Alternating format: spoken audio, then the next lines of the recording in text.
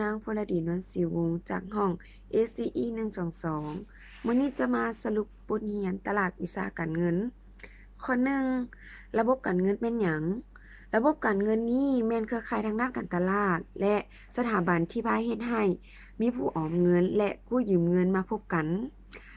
และส่วนระบบการเงินนี้จะเกิดขึ้นเมื่อมีผู้ต้องการเงินทุนหรือเงินทุนเหลือด้วยตราสารของการเงินต่างๆ กู้ยืมเงินระหว่างกัน โดยการกู้ยืมเงินดังกล่าวนี้อาจเป็นการกู้ยืมเงินโดยกง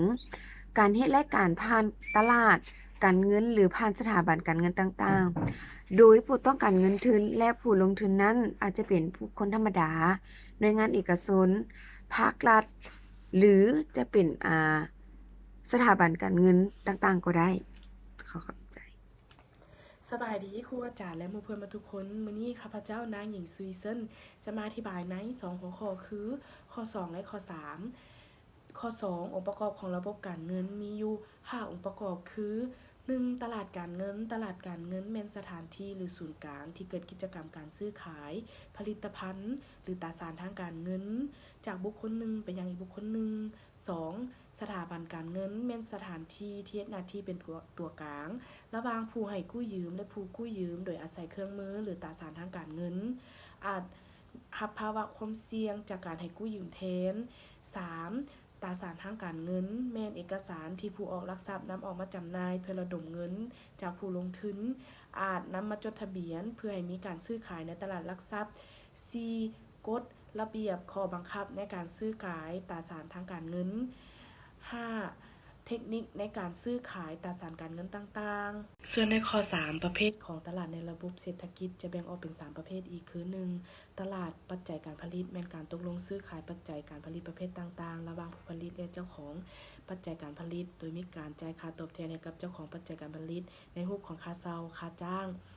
ดอกเบี้ยและกำไรปัจจัยการผลิตยังได้แบ่งออกเป็น4ประเภทอีกคือที่ดินแรงงานทุนและผู้ประกอบการส่วนในข้อ2ตลาดผลิตภัณฑ์แม่นตลาดที่มีการขายสินค้าหรือการบริการซึ่งผู้ซื้อจะนำไปอุปโภคหรือบริโภคโดยตรงส่วนข้อสุดท้ายตลาดการเงินเป็นแหล่งที่ผู้ผลิตซึ่งต้องการเงินทุนเพื่อกู้ยืมเงินไปลงทุนและตลาดการเงินยังได้แบ่งออกเป็น2ประเภทอีกคือตลาดเงินคือจะมีอายุในการกู้ยืมที่สั้นต่ำกว่า1ปีมีวัตถุประสงค์เพื่อนำเอาเงินทุนไปหมุนเวียนในการดำเนินกิจการคือการจ่ายค่าแรงงานหรือค่าวัตถุดิบต่างๆส่วนตลาดทุนจะมีการกู้ยืมที่ยาวสูงกว่า1ปีเช่นการเอาไปซื้อพันธบัตรหุ้นสามัญหรือหุ้นกู้ยืมเป็นต้นที่กล่าวมานั้นแม่นการอธิบายโดยรวมของข้อ2และข้อ3ข้าพเจ้าขอจบการอธิบายเพียงเท่านี้ขอขอบคุณสบายดีข้าพเจ้านางเจนิว่าวังสุงเลงจะมาสรุปโดยย่อเกี่ยวกับข้อที่3ของบทที่1ทรัพย์สินทางการเงินทรัพย์สินหมายถึงวัตถุที่ตกอยู่ในกรรมสิทธิ์ที่มีมูลค่าในการแลกเปลี่ยนโดยทั่วไปแล้วทรัพย์สินแบ่งเป็น2ประเภทคือ1ทรัพย์สินที่มีตัวตนได้แก่อาคารที่ดิน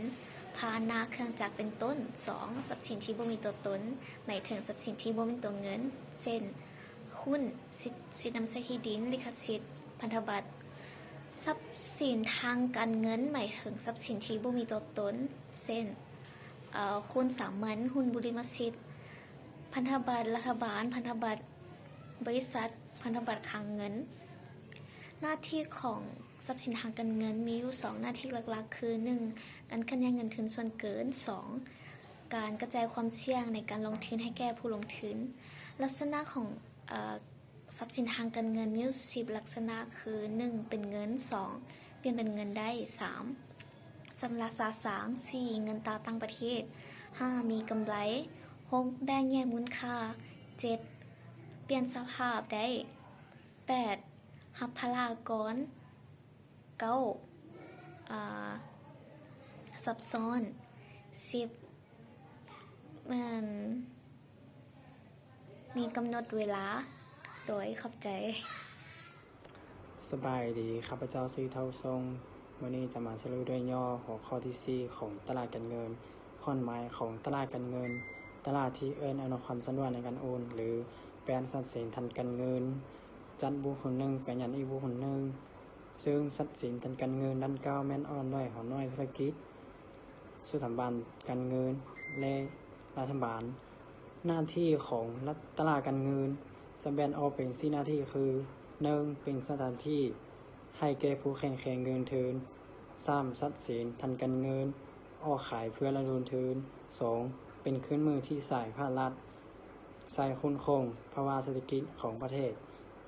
3. ช่วยหมุนการระดมทุนให้หัวน้อยธุรกิจเพื่อเป็นศูนย์การจัดหาเงินทุนผู้ที่ต้องการ 4. ช่วยให้ผู้มีเงินทุนสามารถเลือกได้ผู้แวดการลงทุนซึ่งสื่อหุ้นทุนและหุ้นกู้บทบาทของตลาดการเงินจะแบ่งออกเป็น5บทบาทคือ 1. ให้ผู้มนได้รับผลประโยชน์ต่อแทนในรูปแบบของอัตราดอกเบี้ยและอื่นๆบทบาทที่ 2. ให้ผู้ลงทุนมีเงินทุนไปใช้ในโครงการต่างๆบทบาทที่ 3. ให้ผู้บริโภคมีชีวิตการไปอยู่สูงขึ้นบทบาทที่ 4. ให้ระบบเศรษฐกิจการสัดส่วนทุนของประเทศเพิ่มขึ้น 5. ให้เกิดความเจริญทางเศรษฐกิจบทบาทของรัฐในตลาดการเงินบทบาทของรัฐในตลาดการเงินแม้รัฐบาลสามารถติดตามกฎกาการเคลื่อนไหวของตลาดการเงินเข้มแข็งสภาพของตลาด สวัสดีค่ะพระเจ้านางวีเอดาภูวนิชวันนี้ค่ะพระเจ้าจะมานำเสนอหัวข้อเกี่ยวกับโครงสร้างของตลาดการเงินตลาดการเงินประกอบมี2ภาคส่วนก็คือตลาดเงินและตลาดทุนตลาดทุนประกอบมี2ภาคส่วนเช่นกันก็คือตลาดขั้น1และตลาดขั้น2ตลาดขั้น2ประกอบมีตลาดหลักทรัพย์และตลาดรวมศูนย์ความหมายและความสำคัญของตลาดเงินหรือตลาดเงินหรือ Money Market แม่นตลาดที่เป็นบ่อนซื้อขายทรัพย์สินทางการเงินที่มีระยะสั้นอายุบ่เกิน1ปีเช่นไปแลกเงินอนุพันธ์ทางสัญญาและไปยังยืนเงินฝากแล้วตลาดเงินมีความสำคัญแนวใดตลาดเงินเป็นศูนย์กลางในการทอนโฮมและจัดหาเงินทุนระยะสั้นให้แก่นักลงทุนนอกจากนี้ยังมีประโยชน์ต่อพื้นฐานเศรษฐกิจบ่ว่าจะเป็นการป้องกันภัยว่างงานแล้วตลาดการเงินยังเป็นเครื่องมือที่จำเป็นในการดำเนินนโยบายเงินตราเช่นนโยบายอัตราดอกเบี้ยแล้วตลาดทุนมีความหมายและความสำคัญแนวใดตลาดทุนหรือ Capital Market เป็นตลาดที่มีการซื้อขายทรัพย์สินทางการเงินระยะยาวที่มีอายุเกิน1ปีขึ้นไปเช่นหุ้นทุนหุ้นกู้และพันธบัตรตลาดทุนมีความสำคัญหลายในการพัฒนาเศรษฐกิจเพราะว่าจะเป็นธุรกิจทางอุตสาหกรรมซึ่งจะสามารถระดมทุนได้อย่างว่องไวและเพียงพอต่อความต้องการของตลาดนอกจากนี้ยังมีประโยชน์โดยตรงต่อผู้ออมและผู้ลงทุนอีกด้วยทุนที่ได้มาจากการจำหน่ายหุ้นไทยวิสาหกิจก็ยังเป็นพื้นฐานที่มั่นคงแล้วตลาดขั้นหนึ่งมีความหมายแนวใดตลาดขั้นหนึ่งเป็นตลาดที่มีการระดมทุนจากผู้ที่มีเงินทุนส่วนเกินมาให้ผู้ที่มีความต้องการเงินทุนโดยตรงในตลาดการเงินซึ่งประกอบมี2รูปแบบก็คือการออกตราสารการเงินเพื่อเสนอขายให้แก่คนทั่วไปและการออกตราสารการเงินเพื่อเสนอขายให้แก่ผู้คนรายใดรายหนึ่งหรือเฉพาะเจาะจงแล้วความหมายของตลาดขั้น2หรือ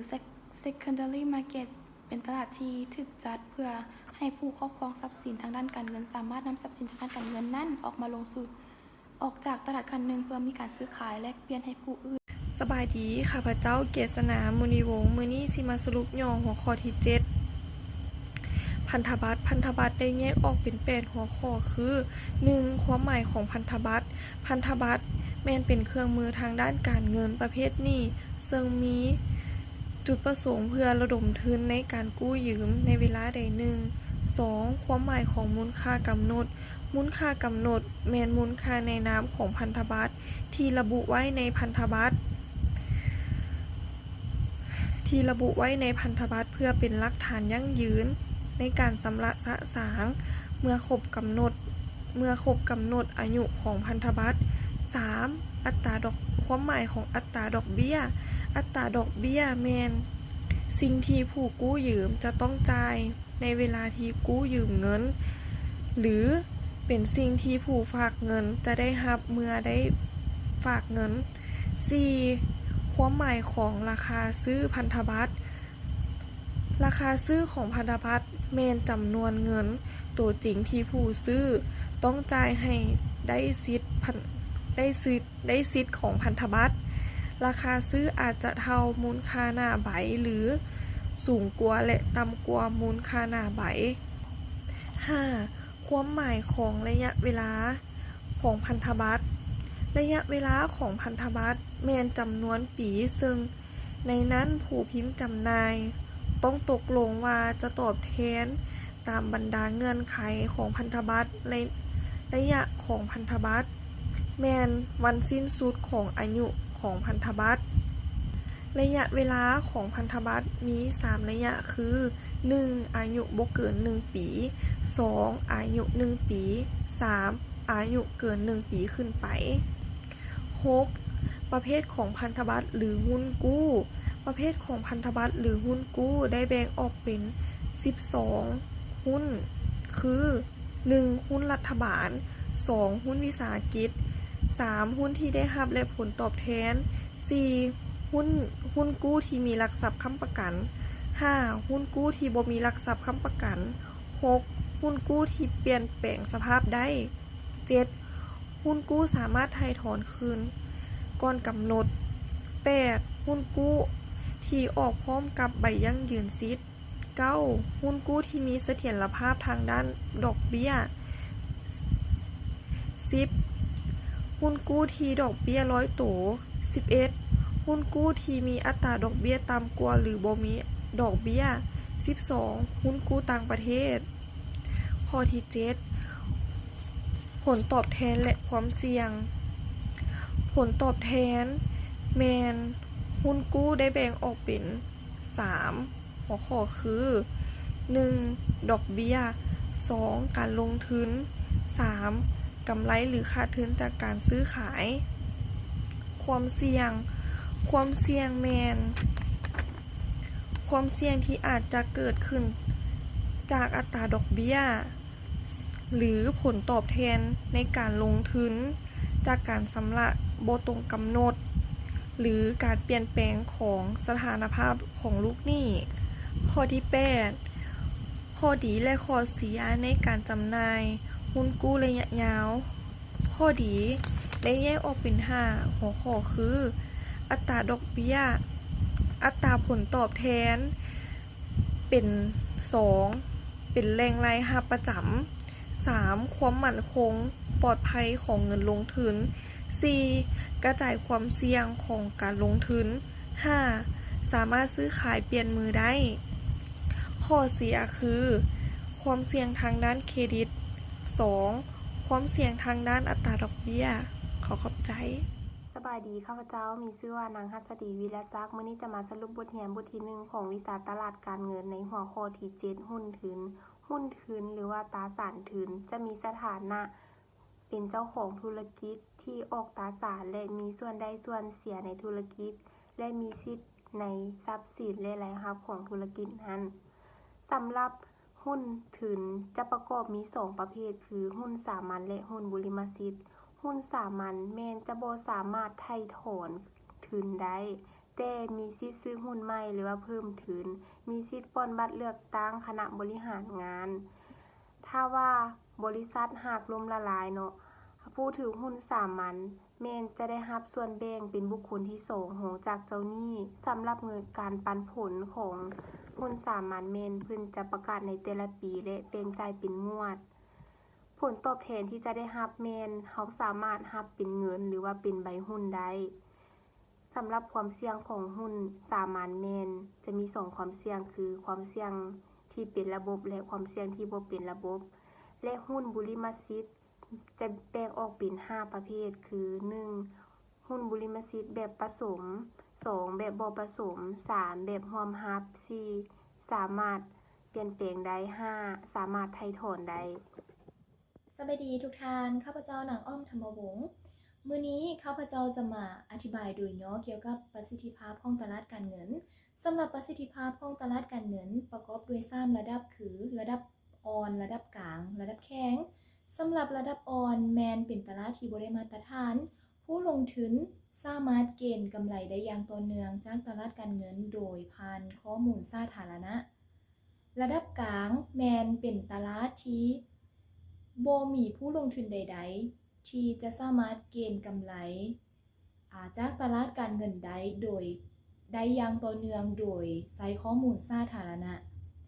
ระดับแข็งแมนเป็นตลาดที่ได้มาตรฐานซึ่งบ่มีผู้ลงทุนใดๆที่จะสามารถเกณฑ์กำไรจากตลาดการเงินได้โดยผ่านข้อมูลสาธารณะหรือข้อมูลวงไหนหลายคนสงสัยบ่ว่าเป็นหยังจึงต้องมีตลาดที่มีประสิทธิภาพก็ย้อนว่าตลาดยิ่งมีประสิทธิภาพหลายเพียงใดข้อมูลยิ่งเปิดกว้างและก็บ่มีไผช่วยใช้โอกาสหลายกว่าผู้ใด2เป็นบ่สามารถนำใช้ข้อมูลเนาะมาเป็นท่าแหงได้และ3แม่นเฮ็ดให้การซื้อขายอยู่ในตลาดนั้นมีความโปร่งใสและมีความเป็นธรรมแล้วเราจะเฮ็ดแนวใดเพื่อให้ตลาดมีประสิทธิภาพ1แม่นต้องขึ้นกับการขยายตัวของเศรษฐกิจและตลาดการเงิน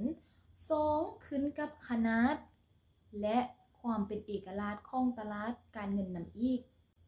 มาฮอดนี้การพรีเซนต์ของกลุ่มหนึ่งของพวกเราก็ได้สิ้นสุดลงเพียงเท่านี้ขอขอบใจ